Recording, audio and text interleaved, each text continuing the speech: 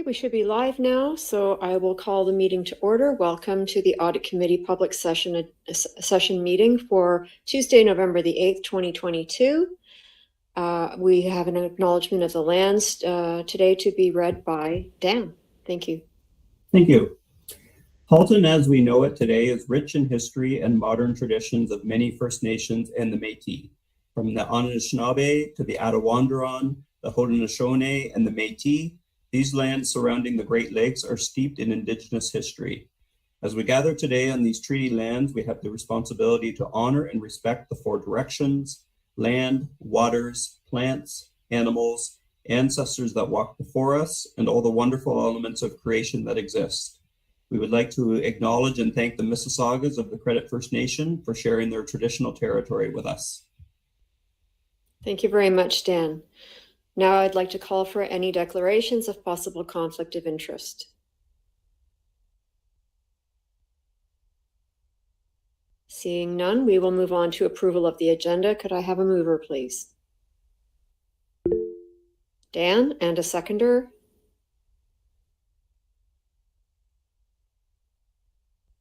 Jean, Thank you. Moved by Dan and seconded by Jean. Is there any discussion regarding the agenda? Seeing none, all those in favor?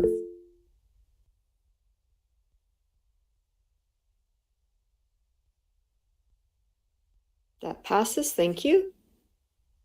And moving on to ratification action items for today, we have the minutes of our Audit Committee meeting from September the 27th, and I need a mover, please. I see Jean's hand up, so I'm going to take that as a mover. And a seconder, please. Dan, thank you very much. Is there any discussion regarding the minutes? Seeing none, all those in favor?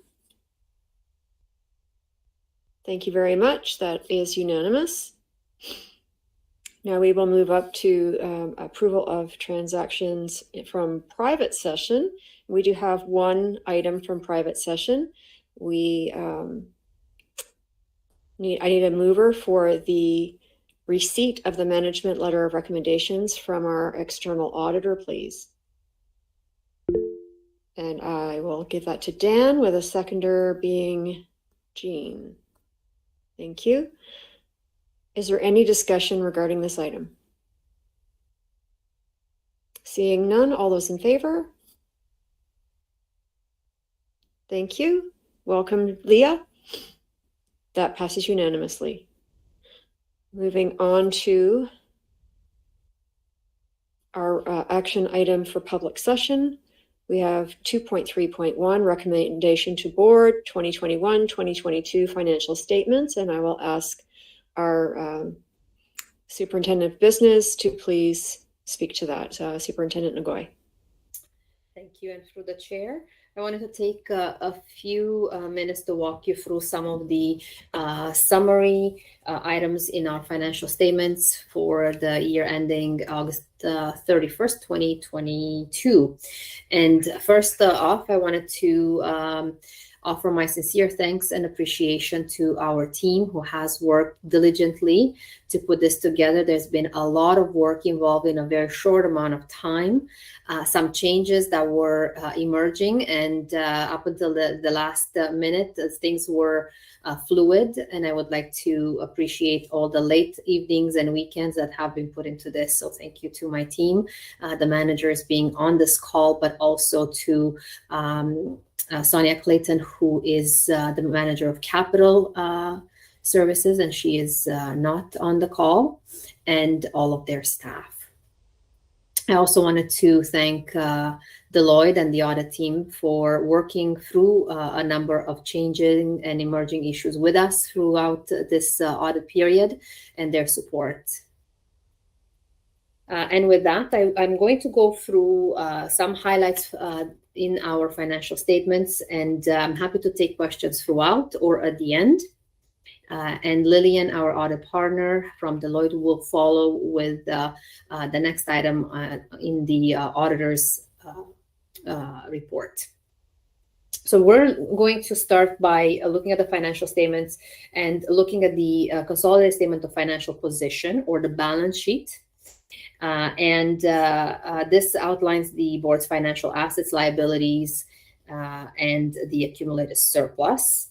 It is compared to the prior year. So I wanted to highlight a couple of things that are different from the prior year. The cash balance is significantly higher from the prior year as a result of payments received for short-term financing on capital projects and the sale of Lakeshore Woods property during the year. We also have an adjusted rate from our financial institution, RBC, at the prime minus 1.76, which was improved through the year based on the market. And it's now closer to the rate that was given to us in the prior years before the pandemic. With regards to temporary investments, I wanted to just mention that in March of 2022, the board has engaged into a 2-year laddered GIC composed of 4 tranches. So every 6 months, quarter matures. And at the time, it was offered at 1.96%, which was significantly higher than the daily rate of 0.85%. As the tranches mature, we make decisions on what is the best way to invest in the current market conditions, which offer historically high interest rates. Accounts receivable have increased by $8.8 million over the prior year, mainly as a result in the change in the delayed grant payment of about $10.8 million. As well as a decrease in receivables for education development charges and HST rebates. The accounts receivable for the Government of Ontario has decreased significantly, about $30 million, and is as a result of the delayed grant payment of $13 million and a decrease in the capital grants receivable of $17 million. And they're also outlined in more detail in Note 3. I'd like to mention that the assets held for sale, you'll see the couple of different balances in both years. So in the current year, as of the date of the financial statements, it was still a pending sale of the former Robert Bateman High School property. And the book value for the land for $3.7 million was added to the assets held for sale. Well, in the prior year, in 2020-2021, we had the book value of the Lakeshore Woods property, which has sold in the current year. So therefore, that came off the assets held for sale and moved into proceeds of disposition. Accounts payable and accounts accruable, they go up and down based on the accruals at the end of the year and the timing of the invoices paid throughout the year. So nothing out of the ordinary there to mention. Long-term receivables reflect payments on the venture capital, and that is reflected in the decrease year over year. Deferred revenue has increased significantly, about $27 million, and that is primarily as a result of proceeds of disposition from the sale of the Lakeshore Woods property that I mentioned earlier. We also have a positive balance in the education development charges account as a result of the timing of collections and the pending transactions on 3 future school sites. In the next year or 2, we expect that the school sites will be within the zoning and servicing required to complete the transaction. So there's some option agreements for those properties. It's just a matter of timing. It will quickly go from a small surplus position into a large, significant deficit position. Over the period of 15 years during which we collect EDC charges, I just wanted to mention the current bylaw and the caps imposed on the levies are going to create a higher deficit balance for the board. We are going to be looking at the new background study and determining the values in the coming year as we're looking at a new EDC bylaw, and that will be provided to the Board of Trustees in due course as we're going to plan on approving it by May of 2023. So we'll have a bit more information on the impact of those caps, but throughout the 15-year period, it is significant, the amount of fees or levies that we should be collecting versus what we can collect within the caps. Employee future benefits decreased over the prior years as a result of decreases in retirement gratuities and post-retirement gratuities. However, there was an increase in Workplace Safety and Insurance Board, WSIB, claims and in the liability payable.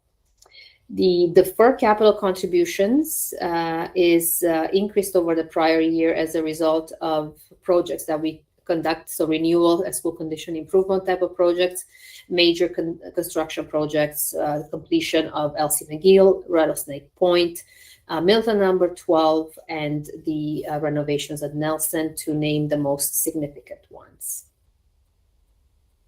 I don't see any questions so far, so I'm just going to move along. The accumulated surplus outlines the ending balance of the total surplus for the board, and Appendix A to the board report outlines both the opening balance, in-year changes, and the closing balance, and I will walk you through that as well. This is a recommendation to the board, so the Board of Trustees is required to approve the allocation or reallocation of the in-year surplus balances. So this is included in both the Audit Committee package and the board package.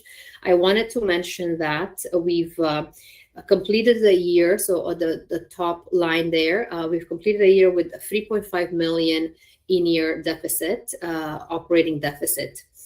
And we have proposed, based on the ending balance, to reallocate 4 million. So that's why you see the transfer, reallocate 4 million from the opening not designated surplus into the internally restricted surplus, 2 million into the student achievement or the multi-year plan priorities. So those are one-time priorities that are proposed for the budget process to support the multi-year plan, and 2 million into the capital fund for the administrative facility.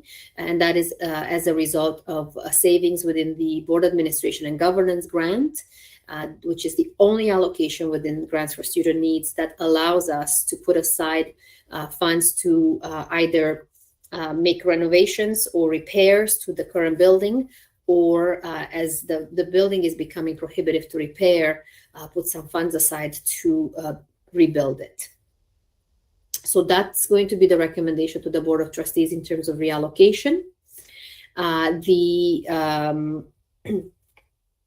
just mention that the in-year surplus that we see, both non-designated and internally appropriated, is similar to the budget, so what we budgeted, although some costs were higher and lower, and I'll go through that in a minute. With the one exception, you'll see committed capital projects, an increase of 1.5 million.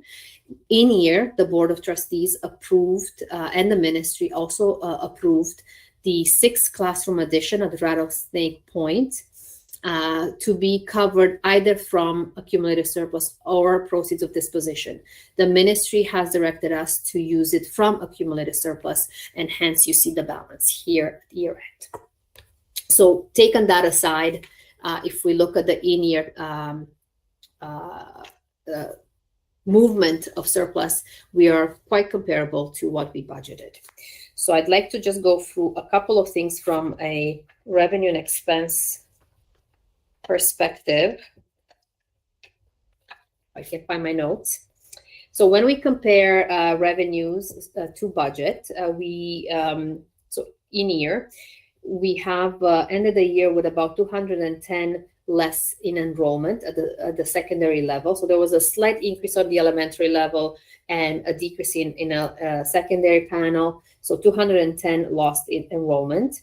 Revenue overall over budget did go up as a result of additional grants, COVID grants, additional education development charges, transportation allocation for fuel escalation, qualification, and experience allocation for where the teachers are on the grid. So once we have all the moves noted, then the grant recalculates itself at the end of the year. Expenses that were higher than budget included supply costs, so replacement of staff across various employee groups, WSIB, so Workplace Safety and Insurance Board costs, temporary accommodations, which is the installation and movement of portables to allow for the schools that are over capacity, so additional portables that were needed mainly in South Milton and North Oakville. And there were savings on the other side in the terms of the consumables and supplies, professional development, and utilities. Compared to prior year, we have 798 increase in enrollment. Revenue, of course, has increased as a result of the growth throughout all the allocations, but also we've seen additional fundraising activities. So school-generated funds is significantly higher. It's starting to rebound back to, well, I shouldn't say normal levels from pre-COVID, but it is significantly higher year over year. So about an increase from 1.6 to 8.2 million. And a significant increase in deferred capital contributions, which cover the amortization of the construction projects that were completed in the prior year, especially the completion of Elsie McGill, Rattlesnake Point, that have started to be amortized. On the expense side, we did have additional staffing to support growth. So there was, of course, increase in salary and instructional expenses, increase in transportation, temporary accommodations, and school-generated funds, as well as increases throughout to match the additional funds that were received for the year, such as COVID one-time funding. A couple of no disclosures. If we would flip through them, I wanted to mention there's a couple of new notes disclosures that I wanted to mention.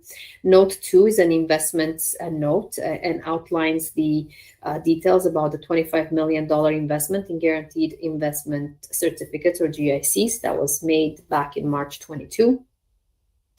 Note 4, assets held for sale, that outline the details of the pending sale for the former Robert Bateman property, and the land swap for Burlington Central Sports Field. And this is a new note as well, in accordance with the illustrative notes from the Ministry of Education. Note 13 is a new note on grants for student needs, breaking down the portion of provincial legislative grants between the ministry portion and the education taxes received from municipalities. Note 15, in-kind transfers, outlines the amount of personal and protective equipment, PPE, and critical supplies and equipment that was provided through the Ministry of Public and Business Service Delivery, which was formerly known as MGCS, Ministry of Government and Consumer Services. And those were quite significant, at about $12 million for the year. Note 17 outlines the requirement to consolidate a proportion of the Ontario School Board Insurance Exchange into the financial statements that will commence in March 2023. Originally, the ministry's direction was to consolidate during this year end. It's been deferred until March 2023, with the ministry identifying that they will work with school boards and with OSB to determine the proportion of consolidation. We do have some concerns with this regard, because we currently have no additional information to determine our proportionate share. We have signed a reciprocal agreement with OSB, so we're member boards as opposed to owners or, being able to prove control. So there's some aspects that we would be working with the ministry, our external auditors, and with OSB before March 2023 reporting. So we'll provide more details to the Audit Committee in due course as we have additional information. Note 23, subsequent events, outlines the transaction that I have just mentioned. On October 28th, the sale of the former Robert Bateman High School and the purchase of the Burlington Central High School field to and with from the city of Burlington were closed successfully. Note 25 is the last one I'm going to mention. It is a future accounting standard adoption. There's new no disclosure as well from the Ministry of Education, and it's something that we're monitoring and looking at as new accounting standards are coming due for implementation. So we're currently looking at, I think it's financial instruments and foreign currency translation. There's a couple identified, and with the auditors, we're going to determine the impact on the school board. I wanted to, with that, I wanted to turn it for questions to the Audit Committee. I'm happy to address them.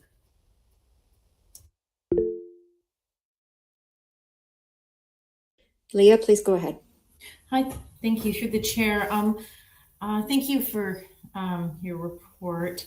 I would just like to revisit the conversation about the ministry requirement to amalgamate the financial statements with OSB, and how that has been, that information, the ministry has deferred it to March. And I'm just wondering whether we could have a conversation about whether that additional timing would give you, sufficient time to get the information that is outstanding. I heard that there's still concerns over the measurement of input, that the percentage of share. I've also heard that, there is a concern that we are not owners of the OSB, that we're members. So I'm just wondering if you don't mind talking to our audit committee about potential concerns about completing this action in March, knowing that there's lots of outstanding questions and concerns. Thank you for the question, Trustee Reynolds. Yes, there is, and as treasurer, I'm quite a bit concerned in terms of our ability to prove control over a proportion of our insurance exchange. I personally signed a reciprocal agreement with them, so we do have a legal obligation under that contract. The position from OSB, of course, is that we're in a reciprocal agreement, and therefore school boards individually do not have any control over the entity. There's concerns to the fact that should we try to measure our proportionate share, it will be very difficult. OSB has a different year end. They report under international financial reporting standards and not public sector standards. So they would have to be converted. We certainly would need additional details than what is provided to the public by OSB in order to be able to start figuring out our proportionate share. I believe there's about 118 or so, 120 entities that are part of the reciprocal. They're not all school boards. So we have no information on their premiums, their proportionate use of, we share the risk, right? So that's we pool the risk. It's one of our risk mitigation strategies is to have this insurance exchange and pool our risk. So we don't know how we're going to determine the magnitude of our share, even if control was, not in question. And if we do determine a number, and that number is material, our concern is that the external auditors are going to question how we arrived to that number and whether or not it's auditable, accurate, and it could lead to qualified opinion on the financial statements. So we are quite a bit concerned.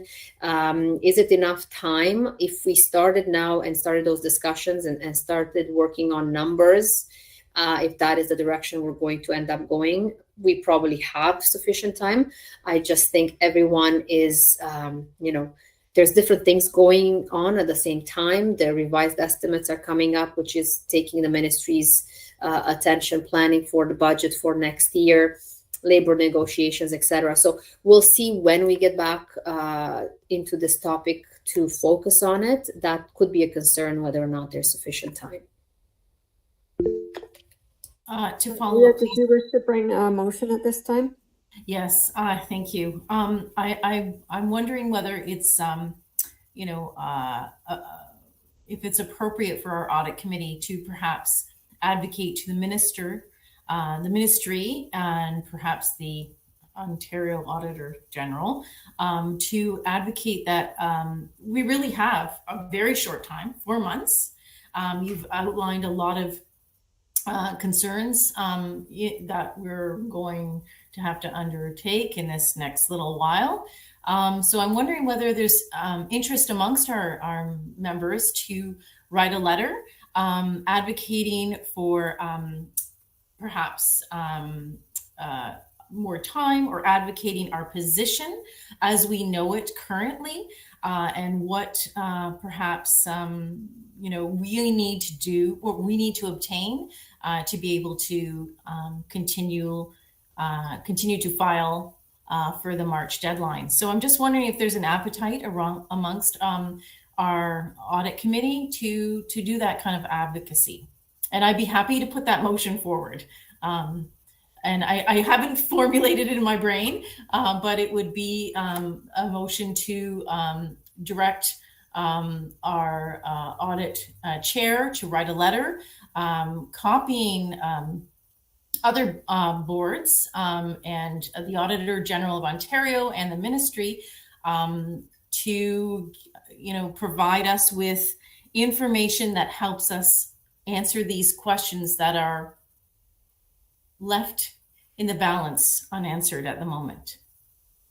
So I can finesse that, but I think really my motion is about writing a letter in advocacy, and I'm happy to work with the chair on this as well. So there it is in a nutshell. Is there a seconder for this motion? Jean Gray. Thank you. Jean, would you like to speak?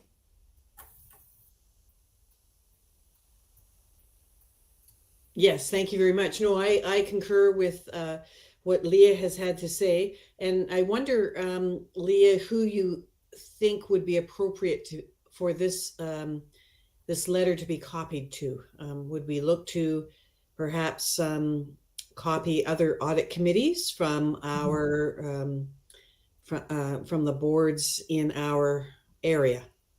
Our membership boards, yeah, I believe there's 10 of them. I think we could probably work with management to make sure we have a full complement of copying the world. And so I'm sure our external auditor perhaps would be kind enough to confirm with us if we have somebody who is left off that list. And Dan. Yeah, thank you. I think for me that this is a tough one, because I think this is a complex accounting matter, and it's a matter of interpreting an accounting standard, and there's already to what you've described, Roxana, there's many professionals already involved in this debate and have taken either one side or the other in terms of the appropriate treatment of this OSB the OSB on having it on the individual school board's books. So I think, in terms of any advocacy that we might do, like in my mind, our main area of concern would be around the fact that our external auditor might have a difference of opinion with what the ministry is proposing a policy to be. And if we were to advocate for something, I think in my mind, it would be limited to just expressing concern over there being that difference of interpretation and, seeking, some sort of consultative process to ideally get the sector all on the same page. And that's how I would frame any sort of advocacy. Because at the end of the day, this is really going to come down to various auditors within the government and accountants and controllers within the government, trying to come to an agreement around what's the appropriate treatment for this particular entity and how it should be reflected on the financial statement. So that's kind of my input into this. Thank you for those qualifying statements, Dan. Are you agreeable to that, Leah? Thank you. So we have a motion on the floor, and Leah has agreed to Dan's suggestions regarding the content of the letter. All those in favor? Thank you. That passes unanimously. And now we can go back to the financial statements, which I believe that question has been fully dealt with now. So questions regarding the financial statements, Jean. Yes, thank you very much through the chair to Roxana. I was looking at number 25, the notes that you had, and perhaps if that could be put back up on the screen. My question is this: I wonder if you could comment on the impact of the adoption of future accounting standards and the challenges it poses for our board, especially given that the timing of the adoption for some of them is concurrent. Thank you for that question. A number of these are, I think, simple to adopt in terms of presentation, financial statements, presentation, disclosure type of changes. Some don't necessarily don't have a significant impact on the school boards necessarily. But the one that I'm looking at here, the asset retirement obligation, for example, that's a lot of work. We've already started to put together working papers on all of our assets and trying to measure what that obligation is for the school board. And we've been working with the auditors on that. I think it was a big effort, and it continues to be a big effort between our staff, facility staff, and the auditors. And the ministry has also provided some direction. So I think we're on track to be able to do that. I am not sure the financial instruments, if that is something that would be a big impact for us. I perhaps defer some of those questions to Lillian, but the one that we've been working on actively for sure is the asset retirement obligation that has the biggest impact for the school board. Thank you very much. Leah, is your hand still up? No? Okay, I'm not seeing any other hands in the air, so we will move on to the external auditor's report to the audit committee on the 2021-2022 audit. And I will ask for,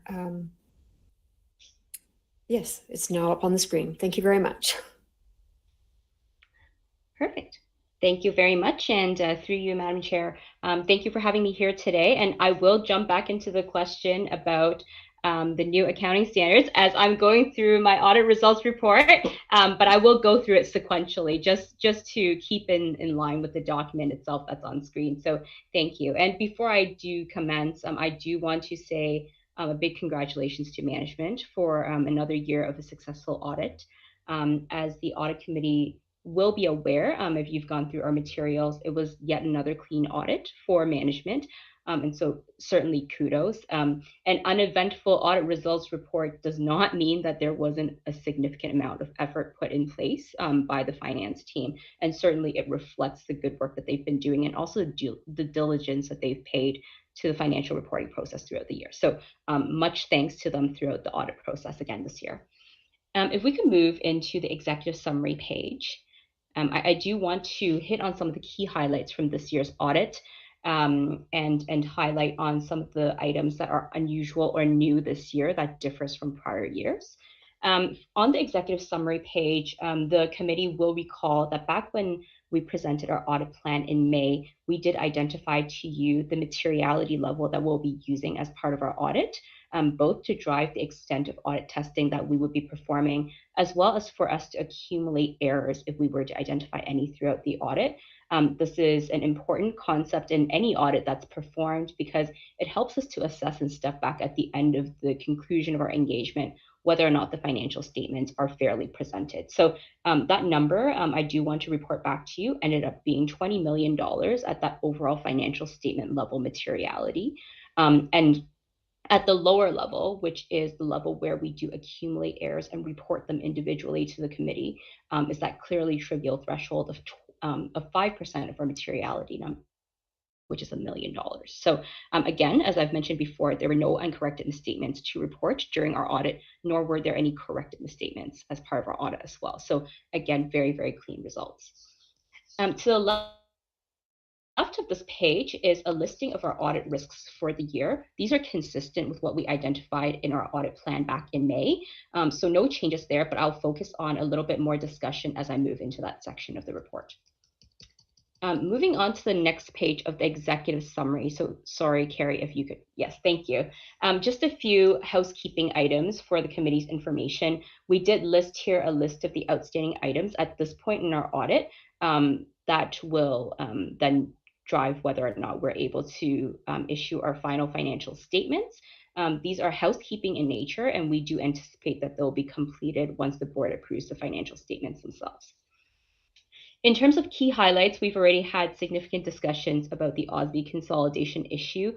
We are also continuing to monitor for any additional communication from the ministry, primarily as it relates now to the March 2023 reporting. That is the next reporting period that school boards must provide to the ministry.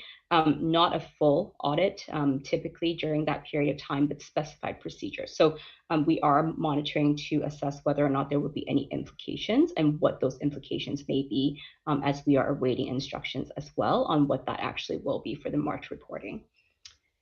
The other item that we do want to highlight in terms of overall highlights is that there were no deficiencies in overall internal control testing. So as part of our audit, we do assess the design and implementation of internal controls, all of the key controls that impact financial reporting. This is done both on financial reporting controls themselves, as well as IT general controls. So we do engage our IT specialists to assist us as part of the audit process.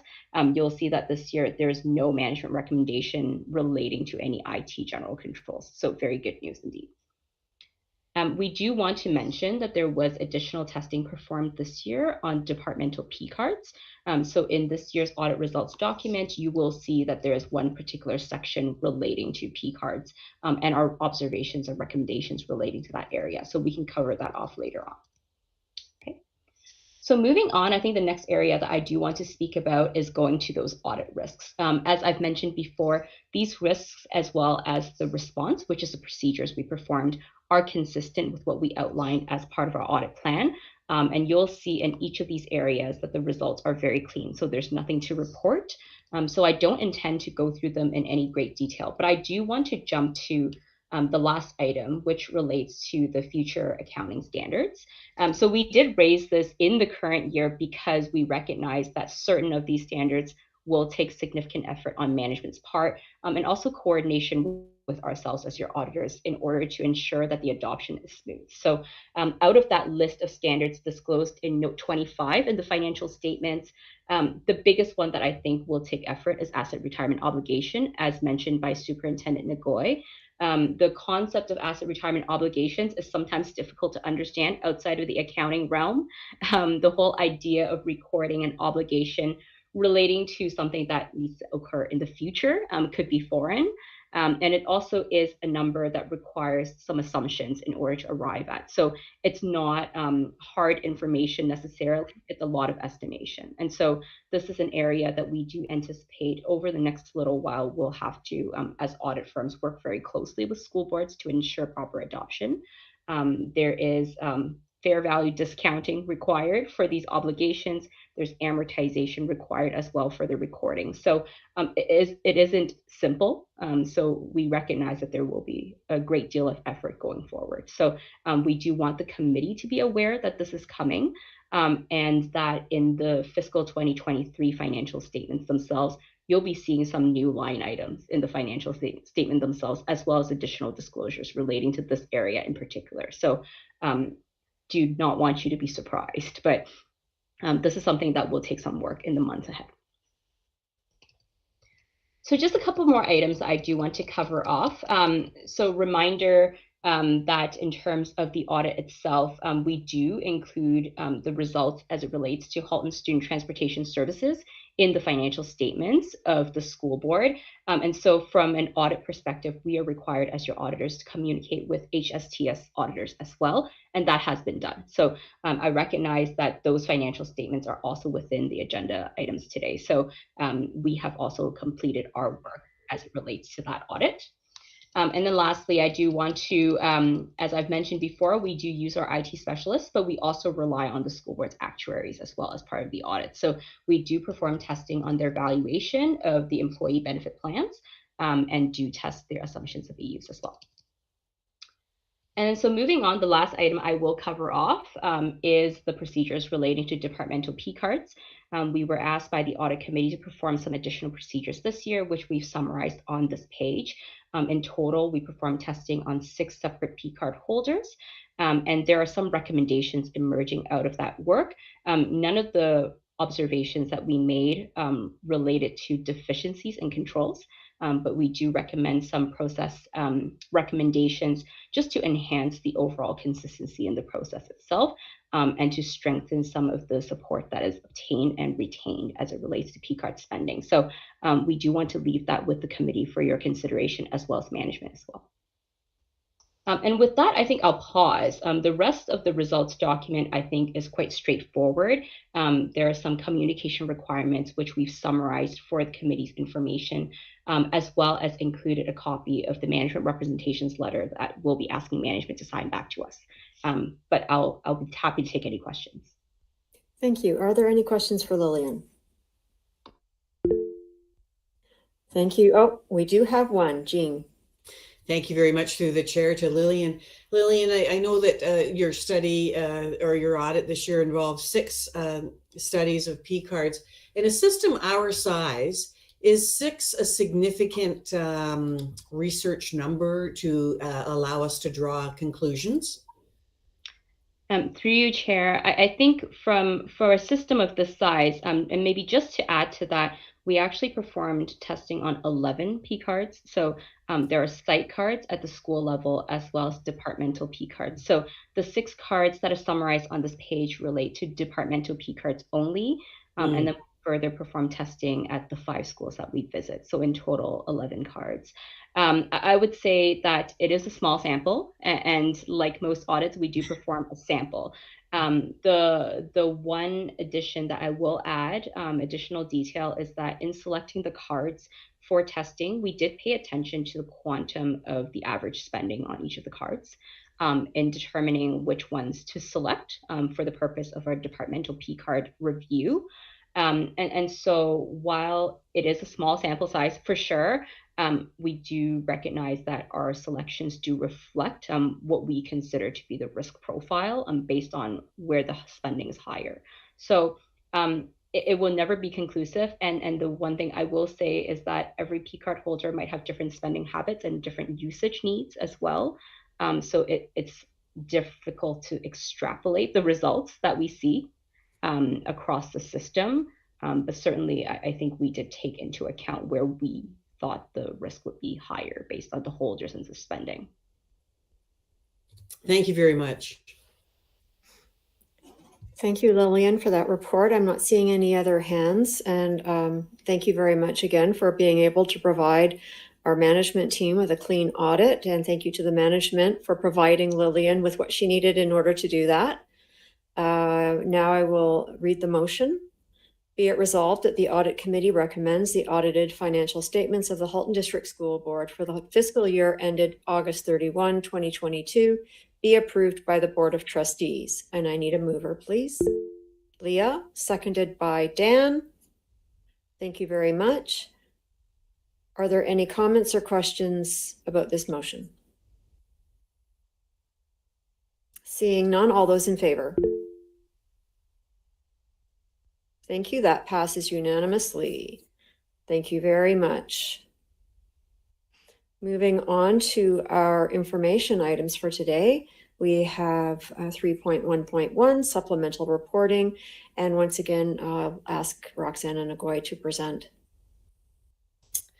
Thank you. And for the chair, the next report is also part of the requirements for the year-end reporting. And this is a reflection on the balance at the end of the year for education development charges. As the committee is well aware, the board can impose a levy on new development in order to collect levies for purchasing of school sites in growth areas, which for us are South Milton and North Oakville. For the end of the year, we're still well within the triggers for being an eligible board to collect education development charges. And we are looking at a current balance of a small, well, I shouldn't say small, but it's a surplus position of about $4 million, which is a timing, is a result of the timing for collection of charges and the pending transactions to purchase 3 school sites, 2 elementary and 1 secondary school site. In the next year or two, once those transactions close, we are concerned that the deficit balance will be quite high. It could be $80 to $100 million, depending on the land values and how much levy is collected between now and then. The bylaw, I'll just take a moment to mention that the bylaw, the current 5-year bylaw expires in July 2023, and we are in the process of conducting a background study for a new bylaw development. The consultant or the subject matter expert that is involved has been awarded to Watson and Associates. We have worked with them before in the previous bylaw development, and it is also done in conjunction with our coterminous board, Halton Catholic. We do have preliminary stakeholder meetings coming up this winter, and we hope to be ready for the spring with additional information and an approval targeted for May 2023. We'll provide additional information at the Board of Trustees meetings in the future. I'd be happy to take any questions. Thank you. I do think that Jean and Leah have their hands up from the last vote. Thank you. Jean. Thank you very much. Through the chair to Roxana.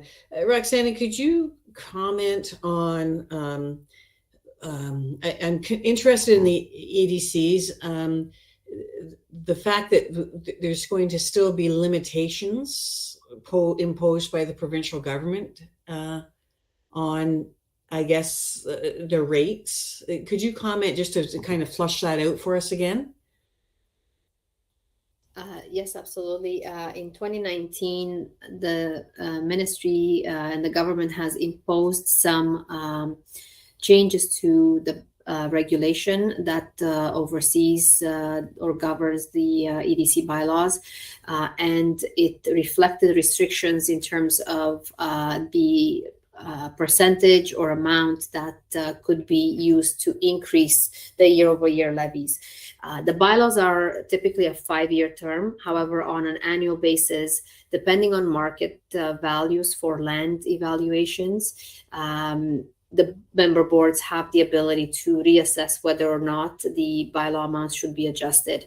And the regulation does limit how much we can increase year over year. So we're falling behind in what we're collecting based on what the market is asking for a per acre amount for our future sites. And when we look at that over a 15-year collection period, to recover that funds, it could be a significant shortfall that will just going to be rolling it over, to the next 15-year period and so forth. But it will be, our worry is that it will be quite a significant gap between what we collect and the cost of sites that we purchase. Follow-up? It would seem to me, and I know that this is a slight bit off topic, but it would seem to me that it's similar in that the amount of money granted per square foot of build isn't meeting what it actually costs us to build per square foot. So the whole thing seems to be very complex, I guess. I'm sorry for the distraction of that phone. It seems to be very complex and it's putting us further and further behind in two different ways. Now, is there any appeal that can be made, or is there any movement that could be taken to draw this to the attention of the provincial government, that in a growth board such as ours, this is highly detrimental to us? Thank you for that question. Yes, the construction benchmarks on our capital funding side certainly are also below what the cost of building a school is, and that does result in the board having to spend proceeds of this position or even surplus in order to complete the construction of the schools. There are provincial committees that my colleagues are involved in with the ministry, with other professionals from the industry. One is on education development charges, on the regulation and limitations, and just outlining the problem. And the other one is a capital committee, which looks at the benchmarking and the approval process and delays and just what that causes in terms of, a delay in building a school means we have to put in more portables, which means we have to spend more money than our allocation. And that has to, of course, come from somewhere. So at the end of the day, it impacts supports in the classroom. So there are a couple of committees that work with school board staff, senior team, other departments, and some consultants with the ministry. We're hoping that collaboration brings the issues forward, and it continues to be discussed and problem solved. Well, thank you very much. I feel I'm relieved to know that there is some sort of further look at this or a study of what exists right now, and hopefully that changes could take place that would be beneficial to us as a growth board. Thank you very much. Thank you for this report, Roxana. I think we can now move on to the next item, which is the summary of trustee expenses. Thank you. And this is another annual report. It provides some details on trustee expenses in various categories. Some are individual, based on the individual budget of trustees. The other one is the broad board amount within the trustee expense budget. And it provides the total per year spend for those particular categories. I just want to mention that, and thank you, Trustee Gray, for noting. This is for a summary of expenses as reimbursed on August 31st, 2022. We've updated it in the package. However, if the original one had the wrong date. It also notes the unused portion of the expense budget that is being rolled over year. And currently that sits at $62,731. At the beginning of the term of office, it was $66,000. And we're going to ensure that as the term draws near, we're going to reconcile and provide an amount to the new board in terms of what that rollover amount is between August 31st, which is in this report, and November 14th, the last day of this term in office. And this will be part of the purview of the new board to allocate to additional PD and other items they see fit. The individual trustee expenses will be posted on our website publicly in December as well. Thank you. Are there any questions for Roxana regarding this report? Thank you very much. Moving on to the summary of school-generated funds, please.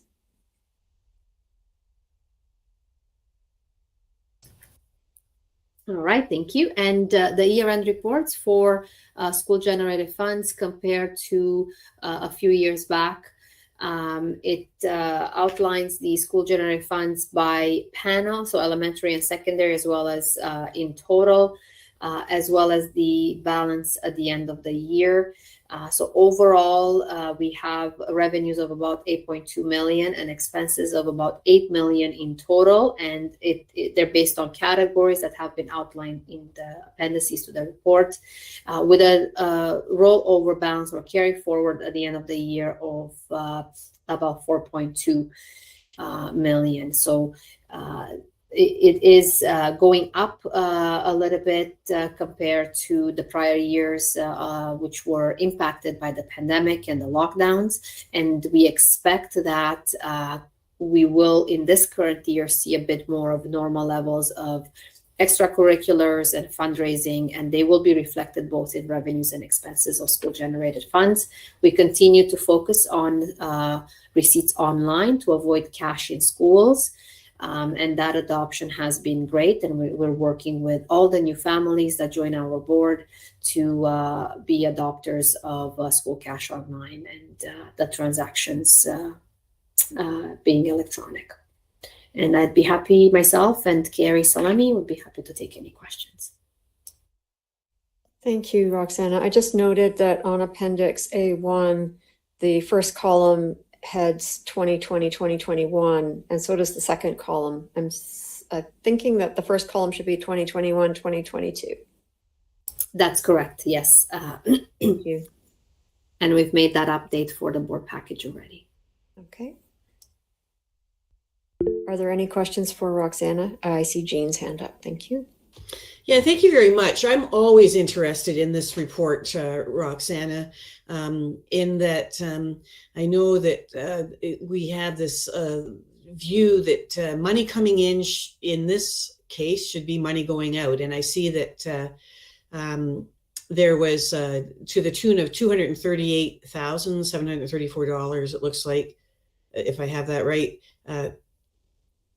that where income was higher than expenses, and then the notion that money that comes in should be spent on the kids or on the programs of the year, and I know that in the past we've seen that be inflated because sometimes money's held over because school trips are planned and so on and so forth. I'm not so certain that that would be the case at this point in our system. I'm wondering if you have any ideas why that has come up to ballooning to $238,734. Thank you for that question. And yes, I think it's important to look at the carry forward balance. So in year, we have spent $238,000 more than we brought in, but we still have an overall carry forward balance year over year that's accumulating, and it's 4.2 million. So what we are encouraging schools is to make sure that they spend and bring down this balance. So actually we're encouraging them to spend more than they're bringing in until that balance of 4.2 million is lower. We do realize, as Trustee Gray mentioned, that there are things that have been committed but not received, or funds have been collected at the end of the year for something that will happen in the next year. So they do have to hang on to a balance. And based on experience, that is about $30 per student. So for us, we're probably looking at carrying over $2 million year over year. That would be expected.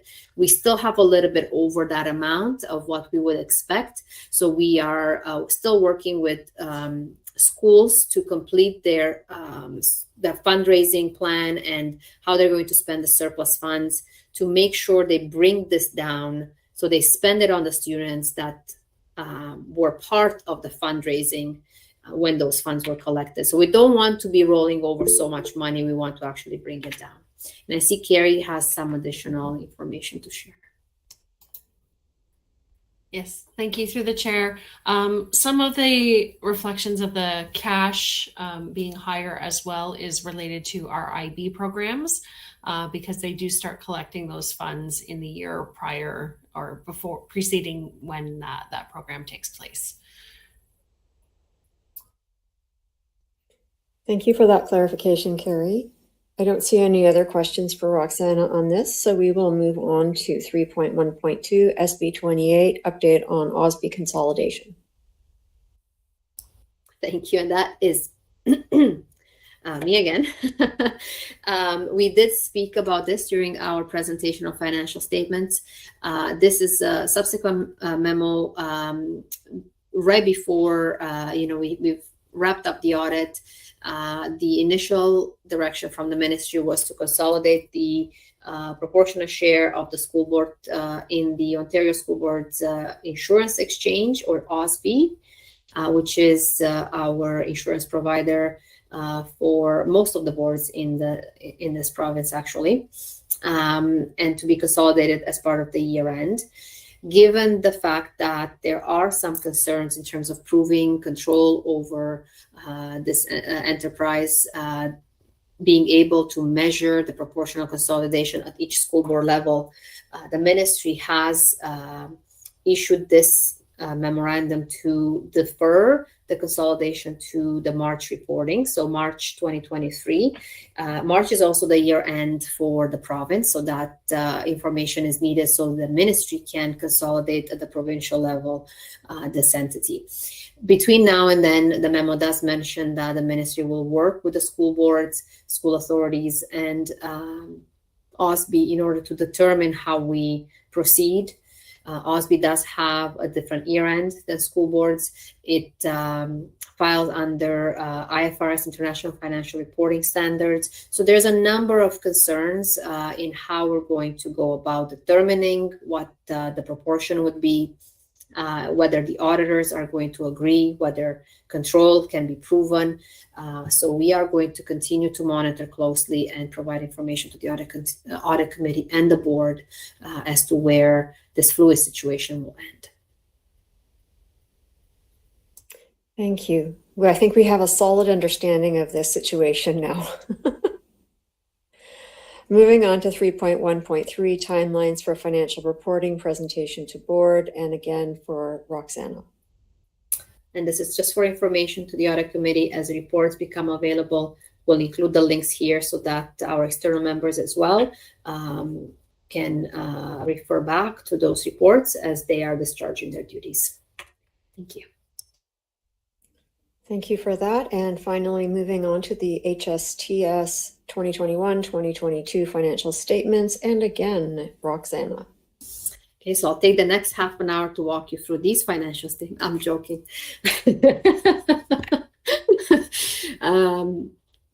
So I just wanted to mention that this is for information to the audit committee only. The proportionate share of Halton District School Board has been included in our financial statements. Halton Catholic is also a member of the consortium that provides transportation for our students. And this here is the audited financial statements for the consortium as a whole, so for both member boards together. And I'm happy to take questions. Thank you. Are there any questions for Roxana regarding HSTS statements? Thank you. Seeing none, I believe that concludes our information items for today. And we will now move on to public questions. Carrie, are there any questions from the public for today's meeting? The public has declined questions for today. Thank you. Thank you very much. We move on to 4.2, special acknowledgement. And this is a time for Dan to put his camera back on. So we all want to thank you, Dan, for your 6 years serving our board.